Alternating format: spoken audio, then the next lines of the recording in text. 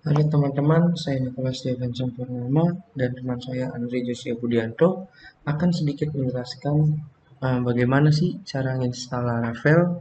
Kemudian kami juga akan menjelaskan sedikit tentang CRUD, sistem CRUD untuk Laravel. Nah, di sini yang pertama kita akan install dulu. Kita dapat ke blog ini laravel.com. Kita dapat ke laravel.com. Nah, kemudian documentation. Nah, di sini saya pakai versi yang 7. Sudah kita ganti. Nah, jika kalian ingin menginstal global, kalian bisa menggunakan cara ini, Composer Global, kemudian Laravel New Project. Nah, ini project. Kemudian ada juga cara lain, yaitu dengan cara Composer Create Project ini. Jadi kalian tidak usah menginstal Composer Global ya, tidak usah langsung menggunakan komen yang ini. Nah, caranya gimana? Caranya kita masuk ke dulu ke folder htdocs, kemudian kita git bash. Di sini saya pakai git bash ya. Sebelum itu kita cek dulu apakah ada komposer nih di ini kita di komputer kita. Nah, sini saya sudah menginstal komposernya. Jika teman-teman belum menginstal komposer, teman-teman bisa cari tutorial install komposer di channel saya, sini juga ada. Nah, kemudian kita jalankan komen yang pertama, komposer global. Tapi saya di sini saya udah install, jadi saya tidak perlu menginstal lagi. Nah, kalian bisa copy, pastekan ke sini, kemudian enter. Oke. Nah, jika sudah terinstall, kita bisa ketikkan komen Laravel new projectnya namanya apa. Di sini kita kasih nama tes kita aja ya. Sini akan install, kita tunggu. Saya akan skip videonya. Nah, di sini installnya sudah selesai. Kita akan coba jalankan servernya. Kita bisa ke sini, kemudian kita cari tesnya ini, dan kita git bash here. Nah, di sini kita bisa jalankan serve. Nah, ini untuk menjalankan servernya. Kita akan coba di sini. Nah, kita akan coba, berarti kita bisa buka localhost 8000.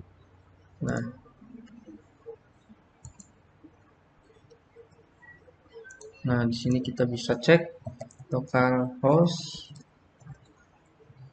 8000. Nah, di sini sudah jalan nih. Berarti kita sudah berhasil menginstal Laravelnya. Oke, next. Lanjut, kita akan coba program CRUD-nya. Nah, ini untuk tampilannya.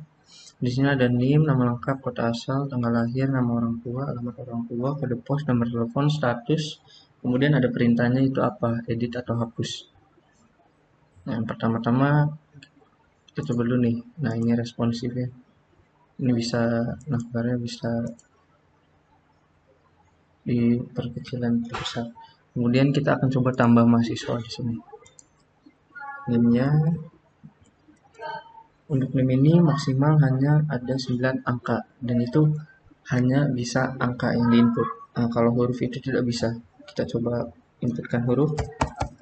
Nah, dia itu tidak akan muncul. Sekarang angka, kemudian nama lengkap,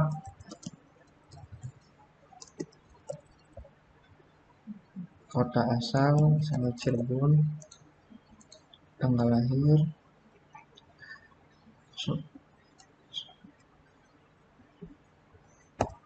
nama orang tua, alamat orang tua,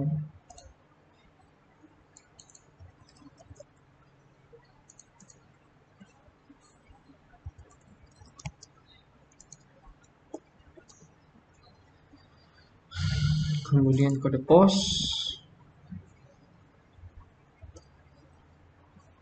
Untuk kode pos juga sama, maksimal hanya bisa 5 huruf, 5 angka. Kemudian kalau jika ingin diinputkan huruf tidak bisa. Kemudian ada nomor telepon juga sama, hanya bisa angka dan maksimal itu hanya 12 angka. Pilihan pakai combo box ada Tama dan Wereda. Kita akan coba simpan.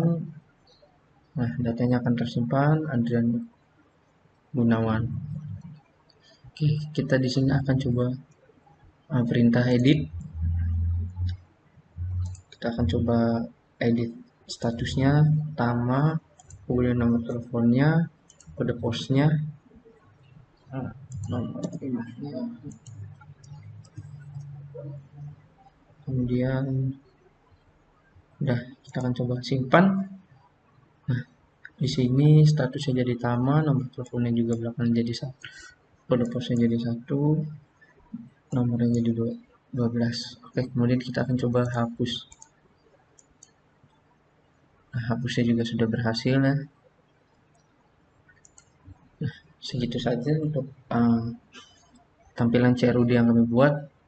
Kita akan masuk ke codingannya. Nah, untuk membuat codingannya kami di sini menggunakan Visual Code. Kita akan bahas dulu dari indeks, fungsi indeks, halaman indeks. Nah, di sini ada Bootstrap untuk mempercantik tampilan ya, tentunya Bootstrap online, Font Awesome online. Kemudian ada untuk CSS nav di sini untuk navbar. Kemudian ada ini gambar logo juga yang tadi ada di sini, gambar logo ini. Kita akan ke bawah. Nah, ini untuk tas menu tadi navbar, ini untuk navbar.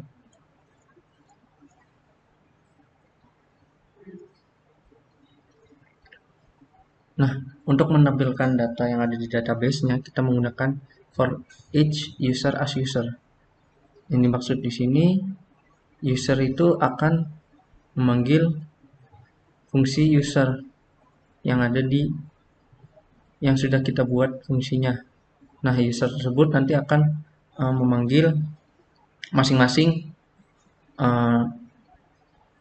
nama yang ada dalam database seperti ini, name, nama lengkap, kota. Nah, nanti itu akan terpanggil di sini. Ini nama lengkap, kota asal, dan nama lengkap, status. Nah, untuk perintahnya di sini kita menggunakan href, di mana href itu nanti akan masuk ke fungsi ubah, kemudian dia akan membaca name. Jadi jika name-nya ada, kemudian akan diarahkan ke fungsi ubah. Kemudian juga ada fungsi delete, di mana jika kita ingin mendelete sebuah data, kita menggunakan name di sini. Kemudian akan masuk ke fungsi delete. Nah, di sini juga akan ada pop-up. Apakah Anda yakin untuk menghapus data ini? Jadi sebelum kita hapus datanya, akan ada muncul pop-up perintah gitu. Apakah ingin dihapus datanya, seperti itu. Nah, kemudian kita akan masuk ke fungsi tambah.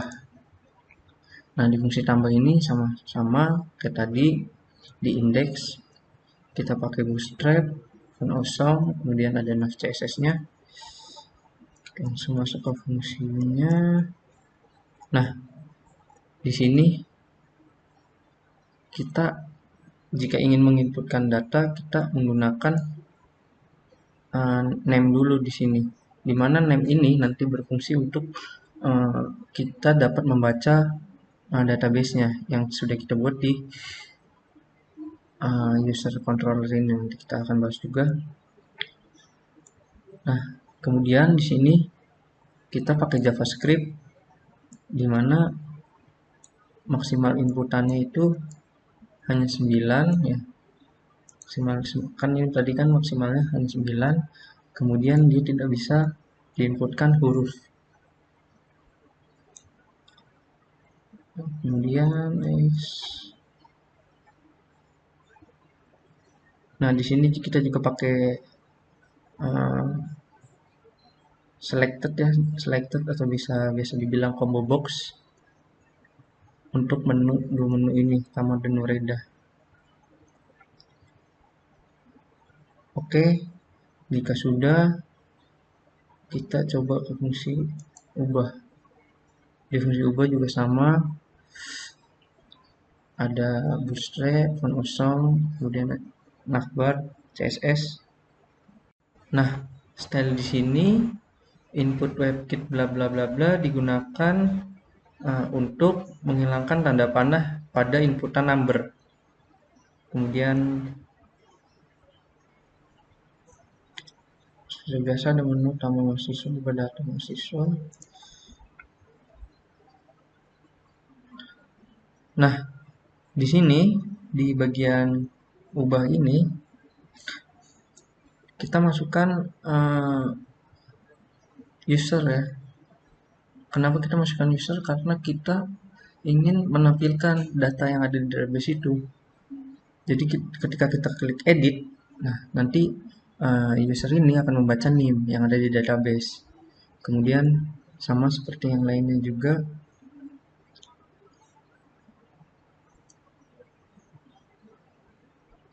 Nah di sini sama ya komen-komennya. Nah di sini value-nya itu masing-masing data yang ingin kita panggil. Contohnya di sini kan ada nama lengkap, jadi value-nya kita inputkan user kemudian nama lengkap. Kalau kota asal, kota ini tergantung nama database yang kita buat di tabelnya itu. Kemudian ada sama seperti tambah tadi. Nah, bedanya di sini dia ditambahkan untuk melihat datanya ya. Tambahkan user, kemudian ada status. Nah, di mana ini akan memunculkan status yang sudah kita inputkan di data yang akan kita ingin edit. Oke. Untuk selanjutnya akan dijelaskan oleh teman saya, Andre Josiah. Selanjutnya saya akan menjelaskan user model. Di user model ini kita akan memanggil database, memanggil tabel. Tabel yang kita panggil adalah tabel data diri dengan primary key name dan juga data yang bisa diisi name dan lain-lain. Kemudian lanjut ke controller. Nah, pada controller ini kita pertama-tama memanggil modelnya terlebih dahulu dengan menggunakan use app models user model. Kemudian di controller ini juga kita mengatur beberapa routing dan juga mengatur beberapa fungsi yang ada pada view. Pertama-tama index, public function index. Pada public function index ini kita melakukan pemanggilan data yang ada pada user model dengan cara $user kemudian user model all. Lalu kita balikan ke tampilan dengan membalikan tampilannya ke ketampilan index dengan cara user index user sama dengan panah kemudian user. Lanjut ke fungsi tambah. Function tambah di sini ini adalah untuk navigasi ke dalam view tambah. Kemudian lanjut public function add. Nah, public function add ini adalah fungsi untuk menambah data ke dalam database di mana sintaksnya adalah user create model. Ya, user model create request all. Di sini request all berfungsi untuk mengambil data yang ada pada form dimasukkan ke dalam fungsi yang lalu diteruskan ke dalam database. Kemudian return redirect index ini nanti setelah formnya berhasil terisi, setelah data yang berhasil ditambahkan, dia akan mengembalikan ke indeks. Kemudian lanjut function ubah. Function ubah di sini untuk mengubah data di mana sintaksnya mengambil nim dari satu barisan, kemudian nanti nimnya dicari dengan menggunakan user model find nim. Kemudian tampilannya dikembalikan ke bagian tampilan view ubah user. Di sini tampilannya dikembalikan ke dalam page ubah, jadi dimasukkan ke dalam sana. Di sini hanya untuk mencari user tertentu, mencari nim dari user tertentu. Kemudian lanjut function edit. Nah, function edit ini adalah function untuk mengubah nilai pada user. Jadi kita mencari user berdasarkan mencari data berdasarkan nim. Kemudian data yang sudah kita buat pada form yang ada di view ubah itu dimasukkan ke dalam database dengan cara user update request all. Request all itu untuk memanggil semua data yang ada pada form. Kemudian return redirect index ini mengembalikan ke indeks tampilan awal kita. Kemudian public function delete. Nah, public function delete ini berfungsi untuk menghapus data yang ada pada satu baris. Nah, di sini dia akan mencari data berdasarkan nim yang dimasukkan. Kemudian dia akan mendelete data berdasarkan dari nim. Kemudian akan mengembalikan tampilan ke tampilan awal. Kemudian lanjut ke roots. Di bagian web PHP. Nah, pada roots sendiri ini mengatur mengatur navigasi website. Nah, jadi yang pertama roots /0 kemudian index. Nah, di sini dia memanggil user controller. Jadi mengambil dari controller kelas index, di mana kelas index ini menampilkan data dari view index. Kemudian lanjut kedua /index juga memanggil kelas index, di mana sama seperti di atas itu mengeluarkan tampilan dari index. Lalu /tambah sama mengembalikan tampilan dari tambah. /add. Nah, /add di sini berfungsi untuk memasukkan data untuk submit form dari PHP tambah. Kemudian lanjut ke ubah. Ubah di sini fungsinya untuk mencari dan akan redirect ke website dan juga redirect ke website ke view ubah maksudnya. Kemudian post edit nim bla bla bla. Nah, di situ juga kalau ini untuk menyimpan data, jadi ini lebih ke fungsi penyimpanan datanya, di mana nim yang di dalam itu dipanggil untuk pencarian data. Kemudian yang terakhir root get delete nim, di mana ini berfungsi untuk mendelete. Kemudian lanjut ke env. Nah, pada environment sendiri kita hanya mengubah nama dari DB database menjadi mahasiswa. Selebihnya dari setting ini tidak ada yang dirubah sama sekali. Sekian penjelasan dan juga demonstrasi dari kelompok kami. Jika ada salah kata mohon dimaafkan. Terima kasih.